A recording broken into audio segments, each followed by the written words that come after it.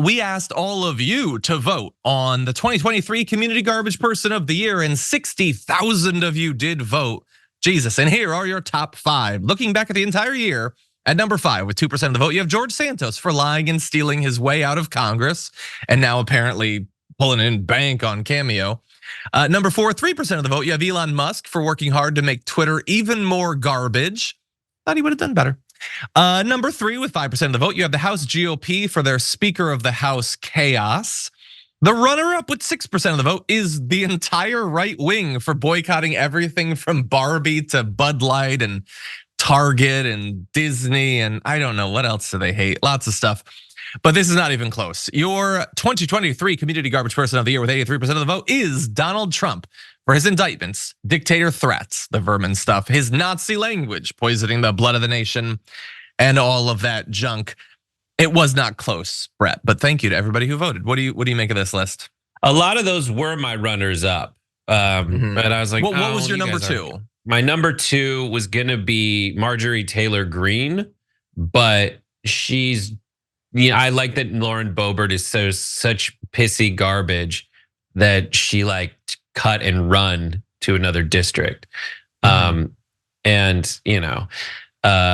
she's not in danger of losing her seat anytime soon. My other ones were George Santos I thought about, but he's already kind of gotten his.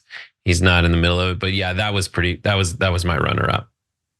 Yeah, I think, look, George Santos was really annoying, but I don't know. There's just like enough charm to George Santos. Am I wrong to say that?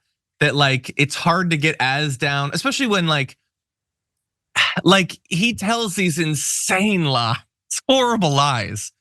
But like people like Lauren Boebert tell a lot of lies, and then they also do really bad stuff too. Right. Like so it's hard to get that down on George Santos by comparison. And you're kind of, whether it's consciously or not, allow yourself to like see the charm in Santos because he's gone. And because it's so overt and because it's so pathetic. He's not like doing these, it's not a threat. So it's like, Yeah, easy. Yeah, really fast on that. Like there are always the figures that are super annoying at any given time, but they do pass. Like Madison Cawthorn was way more annoying back in the day, and now I just look back fondly on the time that he beat a dead tree. That was fun. I'm not as bothered by Ann Coulter, Bill O'Reilly anymore, but they were bad at the time. So anyway, I will say that my number 2 probably would have been my number 1, except I chose him as my jerk of the year, and I don't want to do the same for both, would be Elon Musk. Not just for what he's done to Twitter, which I think is very significant. And it's not just a personal thing, like ruining a social media site that is as important for journalism and political organizing and activism as Twitter is not a small, like shallow thing. That is a substantive, damaging thing. But then there's all the other stuff that he's done absolutely awful, trying to, like suppress labor and the platforming of the most insane people in the world and the anti-Semitic conspiracy theories and everything. So he probably would have been my number 2. Yeah, he's a good one. And he's garbage, and he's a jerk, like in the classic definition. There's that pocket of Elon Musk, Aaron Rodgers, like Jordan Peterson, that like smarmy, like I am smarter than you, but you have to prove it. I don't. You have to prove that you're better than me. I'm just gonna kind of and I'm gonna pretend that I'm a victim because I am a righteous objector to the injustices in the world of discourse, when really you're just a garbage person. You're just being trash. You're just being smarmy and holier than thou and sanctimonious and all that crap. Yeah. And like I have a pet peeve that I think Brett is familiar with, where it bothers me so much when a person is incapable of hiding their sort of psychological motivations for why they're doing things.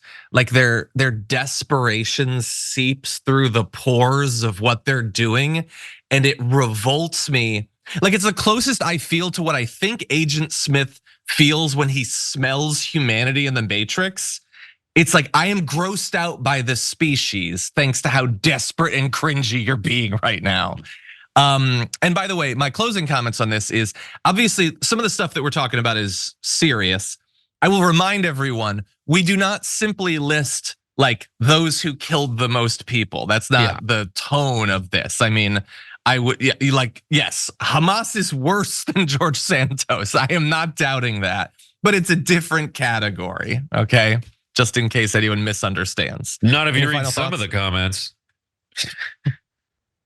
Don't get me started. Anyway, Putin's bad. I agree.